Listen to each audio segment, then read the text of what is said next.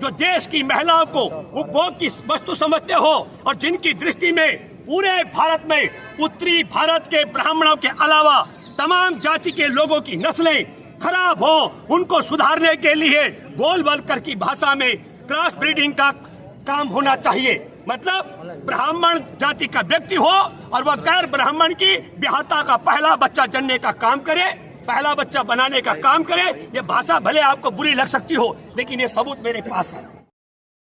ये YouTube के पत्रकार मित्रों के माध्यम से दो बड़े मुद्दों पर बात करने के लिए आया सबूत के साथ। एक, हमारे देश में नए संसद भवन का 28 तारीख जो उद्घाटन किया जा रहा है, वहां हमारे देश में आदिवासी मूल की महामहिम राष्ट्रपति के हाथों से न कराने का क्या कारण है? जब किसी भी संदर्भ में हमें भविष्य का लक्ष्य तय करना हो तो समीक्षा करनी बहुत जरूरी है, और समीक्षा करने से पहले इतिहास जान लेना चाहिए। मैं 17 सितंबर 2007 का जिक्र कर रहा हूं। ये मेरे पास आरएसएस का प्रमाणिक अखबार का क्लिप है, ऑर्गेनाइजर का। इस पर इनके परम पूजनीय गुरु गोलवलकर ने क्या कहा? गोलवलकर ने 17 सितंबर 1960 को गुजरात विश्वविद्यालय में सामाजिक विज्ञान के छात्र और शिक्षकों के साथ 1960 में देश की आजादी के बाद संविधान बनने के बाद क्या कहा? कहा कि हमारे देश में जैसे क्रॉस ब्रीडिंग का होना बहुत जरूरी है। समझे? मतलब संक्रमित एक दूसरे जातियों के साथ संबंध बनाने को लेकर। तो वह क्या कहते हैं कि हमारे देश में उत्तरी भारत से ब्राह्मण नमुद्रीपात उनको केरल भेजा गया था, ताकि वो केरल जाकर के केरल में वैश्य समाज, क्षत्रिय समाज और शूद्र समाज की बेटियों के साथ शादी करके उनकी नस्ल सुधार सके। और दूसरी बात ये कही कि वह विवाह होने के बाद गैर ब्राह्मणों के परिवारों में पहला बच्चा जन्म करके इस देश की नस्ल सुधारने का काम करते हैं। और आज की तारीख में 1960 में वो कहते हैं, आज की तारीख में यह प्रचलन बंद हो गया है, अब प्रचलन बदली हो गया है। अब यदि एक जाति का दूसरी जाति के साथ संबंध होता है तो वह संबंध शारीरिक वासना के लिए होता है, यह गलत है। बल्कि वो परंपरा बड़ी सही है कि उत्तरी भारत के ब्राह्मण हो और गैर ब्राह्मणों की ब्याहता के साथ में वो शारीरिक संबंध बना करके उनकी नस्ल सुधारने की बात करें। इसका मतलब हुआ कि बहुत साफ शब्दों में वो नस्लीय भेद की बात कर रहे, सबूत के पूरी तत्परता के साथ। संघ का दृष्टिकोण, जिसको परम पूजनीय गुरु कहा जा रहा है। दूसरा महत्वपूर्ण बात, वह महिला का अपमान कर रहे हैं, महिला जाति को उपभोग की वस्तु की तरह मानते हैं। और तब ऐसी स्थिति में जो आज की तारीख में है, हमारे देश के अंदर नए संसद भवन का उद्घाटन होना है और राष्ट्रपति देश के प्रमुख प्रथम व्यक्ति ही नहीं, बल्कि आपको बताता हूं कि लोकसभा और राज्यसभा का संयुक्त जो भवन है उसका उद्घाटन हो रहा है। और राज्यसभा का सभापति उपराष्ट्रपति होता है और राष्ट्रपति उससे ऊपर होता है। तीसरा पायदान पर हमारे देश के प्रधानमंत्री आते हैं, और प्रधानमंत्री मौजूदा नरेंद्र मोदी जो संघ के प्रचारक रह चुके हैं और जिनके दूसरे गुरु गोलवलकर ने इतनी बड़ी बात कही है, ये किसी और से नहीं, ये आरएसएस का मुखपत्र है, ऑर्गेनाइजर। मैं इसकी आप सब लोगों को प्रमाणिक तौर पर प्रेस वार्ता के बाद फोटो दूंगा, ताकि आप सब लोग तत्परता के साथ आराम से इसे पढ़ सके अंग्रेजी में कि क्या क्या लिखा है। और तब हम जो सवाल कर रहे हैं, ये एक बहुत बड़ा कारण है। एक, राष्ट्रपति द्रौपदी मुर्मू, उनके महिला होना, जो संघ के दूसरे गुरु गोलवलकर के मुताबिक उनका बहुत महत्व नहीं माना जाता है। ये मैं नहीं कह रहा हूँ, ये आरएसएस का एक एक कार्यकर्ता ऐसे व्यक्ति को जो नस्लीय भेद की बात करता है, जो महिलाओं के भेद की बात करता है, जो संविधान का अपमान करता है, जो समानता का जो हमारा संविधान का अधिकार है उसका अपमान करता हो, 1960 में सितंबर में कहाँ करता है? कोई अनपढ़ लोगों के बीच में नहीं, कोई लंपट लोगों के बीच में नहीं, बल्कि गुजरात विश्वविद्यालय में सामाजिक विज्ञान की पढ़ाई करने वाले छात्र और शिक्षकों की सभा में ये बात रखता है, ये सबूत मेरे पास है।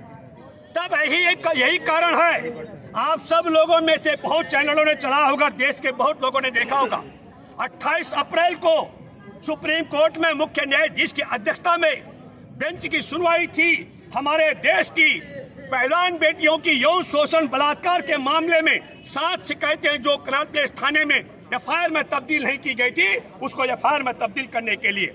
और मैंने 28 तारीख से पहले कहा था, कानून ये कहता है कि यौन शोषण बलात्कार की शिकायत पीड़िता किसी भी थाने में लेकर जाए, वह एफआईआर में तब्दील होता है। सुप्रीम कोर्ट में सुनवाई होनी है, एफआईआर तो दर्ज होगी, लेकिन गिरफ्तारी होगी कि नहीं, ये मैंने कहा था, ये संभव नहीं है। ये बात मैं इसलिए कह रहा हूँ, मैंने इसलिए नहीं कहा था कि नरेंद्र मोदी का और अमित शाह का मेरा कोई संवाद होता है, दिल्ली का पुलिस कमिश्नर मेरे से राय लेता हो या मैं राय देता हूँ, ऐसा बिल्कुल नहीं है। ऐसा नहीं है कि मेरा सीधा संवाद सुप्रीम कोर्ट के मुख्य न्यायाधीश के साथ है, बल्कि हमारी नजर इस संघ परिवार के एक एक कर्म पर है, संघ परिवार की एक एक नीति और रीति पर है। संघ परिवार की नीति और रीति के कारण हम जानते थे, जो देश की महिलाओं को उपभोग की वस्तु समझते हो और जिनकी दृष्टि में पूरे भारत में उत्तरी भारत के ब्राह्मणों के अलावा तमाम जाति के लोगों की नस्लें खराब हो, उनको सुधारने के लिए गोलवलकर की भाषा में क्रॉस ब्रीडिंग का काम होना चाहिए। मतलब ब्राह्मण जाति का व्यक्ति हो और वह गैर ब्राह्मण की विवाहता का पहला बच्चा जनने का काम करे, पहला बच्चा बनाने का काम करे। ये भाषा भले आपको बुरी लग सकती हो, लेकिन ये सबूत मेरे पास है। तब मैं ये मानता हूँ, तब मैं ये कहता हूँ, उसी आधार पर मैंने कहा था। और ये फिर मैं आज आपको याद दिलाता हूँ, हमारे देश में कहा जा रहा है कि ब्रजभूषण शरण सिंह पर यौन शोषण का आरोप नहीं, उस पर बलात्कार का धारा भी है, उस पर धारा 376, 377 और 354 दर्ज है। और बलात्कार के मामले में सुप्रीम कोर्ट ने बार बार कहा, किसी भी प्रकार के सबूतों की जरूरत नहीं है, पीड़िता का आरोप और पीड़िता के बताए गए वेदना ही काफी होती है। लेकिन क्योंकि परम पूज्य गुरु गोलवलकर के शिष्य नरेंद्र मोदी संघ के प्रचारक रह चुके शख्स की अगुवाई में सरकार है, इसलिए यौन शोषण, पास्को और बलात्कार के मुकदमे में बुक होने के बाद भी ब्रजभूषण शरण सिंह गिरफ्तार नहीं किया जा रहा है। ठीक उसी तरीके से जैसे दिल्ली के साथ सटे हरियाणा में मंत्री संदीप सिंह, जिसने महिला कोच को कमरा बंद करके उस पर 342, 354, 354A, 354B और जान से मारने की धमकी 506 का मुकदमा दर्ज है। 19 मार्च को जींद में हजारों हजार की संख्या में लोग जुटे, उसकी गिरफ्तारी की मांग को लेकर उसे गिरफ्तार नहीं किया जा रहा है।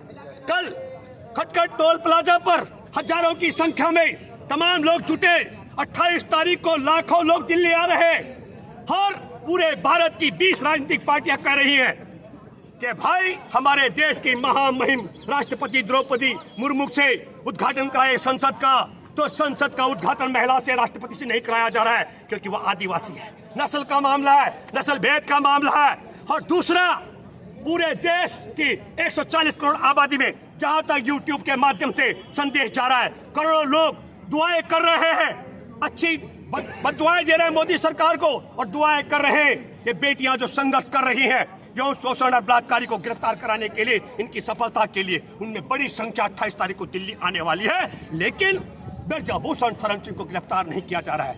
तब मुझे लगता है, जो मैंने कहा कि ये इतिहास अगर हम नहीं देखेंगे इनके परम पूज्य गुरु गोलवलकर का, तो तब समीक्षा हो सकती है जो हमने कर रखी थी। और मैंने पहले भी कहा था, अब भी कह रहा हूं, हाँ, आपके माध्यम से मैं 2 अपील जरूर करना चाहता हूं। मैं चाहता हूं नरेंद्र मोदी जी, यदि आप गोलवलकर की इस नस्ल भेद नीति के खिलाफ है, तो अभी भी वक्त है, अभी भी समय है। 20 राजनीतिक पार्टियां ही नहीं, आप अग्नि परीक्षा से गुजरने वाले हैं। यदि आप नस्ल भेद का अंतर रखते हैं, तो मैं दावे से कह सकता हूं, फिर तो आप किसी भी कीमत में द्रौपदी मुर्मू से राष्ट्रपति होने के बावजूद भी संसद का उद्घाटन नहीं कराएंगे। और दूसरा, जो महिलाओं को उपभोग की वस्तु बताया गोलवलकर ने, अगर आप उसके खिलाफ है, तो तत्काल ब्रजभूषण शरण सिंह और संदीप को गिरफ्तार कराए, संदीप सिंह को, हरियाणा के मंत्री को। और आप भी अगर अपने गोलवलकर के शिष्य हैं, तो अपने कर कमलों से आप संसद का भवन का उद्घाटन कीजिए और ब्रजभूषण और संदीप सिंह को छुट्टा सांड की तरह छेड़छाड़ के मामले में, यौन शोषण के मामले में, बलात्कार के मामले में छुट्टा घूमने दीजिए। तब मैं देश की जनता से अपील करता हूँ, 18 तारीख को उन लोगों को कसम है जिनके बाप दादाओं ने 28 तारीख को मैं 2 किस्म के लोग हैं भारत में जिनके बाप दादाओं ने अपनी पत्नियों को बच्चा जन्मने के लिए गोल वर्कर की भाषा में ब्राह्मणों के पास परोसा है। वो दूरी बना के रखना, उनके डीएनए में संगी मिक्स हो गए, वो दूरी बना के रखना, बिल्कुल मत आना। लेकिन जिनके बाप ने, जिनके दादाओं ने अपनी पत्नियां बच्चा जनने के लिए उत्तरी भारत के ब्राह्मणों को नहीं परोसी है, उन सबों से मैं अपील करता हूं, ये महिला भेद के खिलाफ, ये समानता के खिलाफ, संविधान के खिलाफ और ये नस्ल भेदियों के खिलाफ और बेटियों को न्याय दिलाने के लिए आप सब लोग 28 तारीख को दिल्ली पधारे। आप सबका जोरदार स्वागत है, क्योंकि अभी देश में लोकतंत्र और संविधान कायम है। सिर्फ सत्ता के शिखर पर इस देश में नस्ल से, इस देश में महिलाओं से, संविधान से, समानता से, किसान से, युवा से, सैनिकों से और बेरोजगारों से नफरत करने वाले सत्ता के शिखर पर बैठे हैं। धन्यवाद।